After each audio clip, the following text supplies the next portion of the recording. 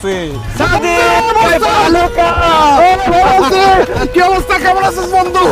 আরে খায়ের ইনতা আরে খায়ের ভাই ভালো আছে, বাড়ির সবাই ভালো আছে। মাফি ইনতা মজনু আরে এটা কি বলে বুঝলাম না। كيف حالك يا أمي؟ كيف لك أمي أبي من الرياب بدو وقت طويل جسمك زايد؟ মতিনের বাপ, মতিন এসব কি বলতেছে কিছুই তো বুঝতেছি না। আমিও তো কিছু বুঝতে পারতেছি না। অমতিন, তুই এগুলি কি কইতাছিস বা?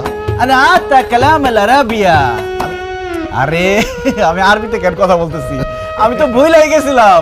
আমার কাছে মনে হইতেছে আমি সৌদি রিয়াদে দাঁড়ায় আছি, আসলে তো আমি বাংলাদেশে আবার গ্রামের বাড়িতে আমার আব্বা আম্মার সামনে দাঁড়ায় আছি।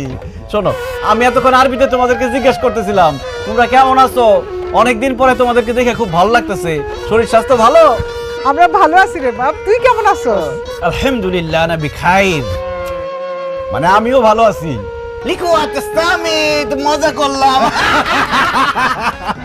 তোমারে আরাবিয়ান মহিলাদের থেকেও বেশি সুন্দর লাগতেছে। থাক, আর চাপা মারণ লাগবো না, আসেন ঘরে আসেন। হ্যাঁ বন্ধু, ঘরে যাওয়ার আগে আমগুলো একটু বকশিস দিয়ে যা। এই যে তোর বন্ধুরা এই যে কষ্ট করে এই যে কার্টুন ব্যাগ সবকিছু মাথা ঘুরা নিয়ে আইলো, একটু সাফানি লেগে কিছু টাকা দে। মুকাফা মানে ঠিকই কইছস, আমার কাছে তো বাংলা টাকা নাই।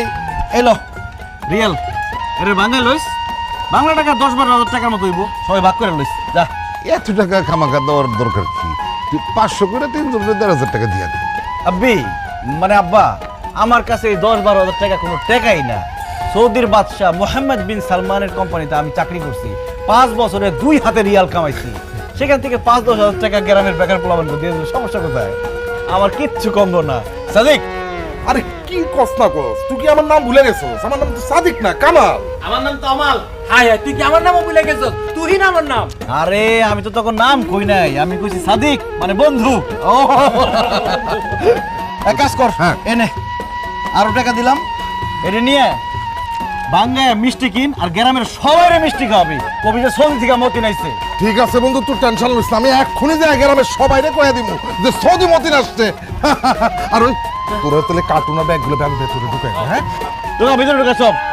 যাইতে আব্বি আম্মি সাদিয়া পারুল, তোমরা এরকম পুরান জামা কাপড় পরে দাঁড়িয়ে রয়েছো কেন? ভাইজান, তুমি এগুলো কি কইতাছো? বাড়িতে পুরান জামা কাপড় পরবো না তো কি করবো? যতদিন আমি বাড়িতে আছি ততদিন তোরা পুরান জামা কাপড় গায়ে দিতে পারবি না।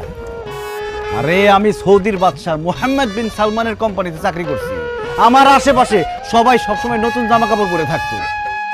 এখন তোমরা সবাই যদি আমার আশেপাশে পুরান জামা কাপড় পরে থাকো, তোমাদের তো বোন আব্বা আম্মা বউ মনে হইব না, মনে হইব খাদিম খাদ্দাম্মা।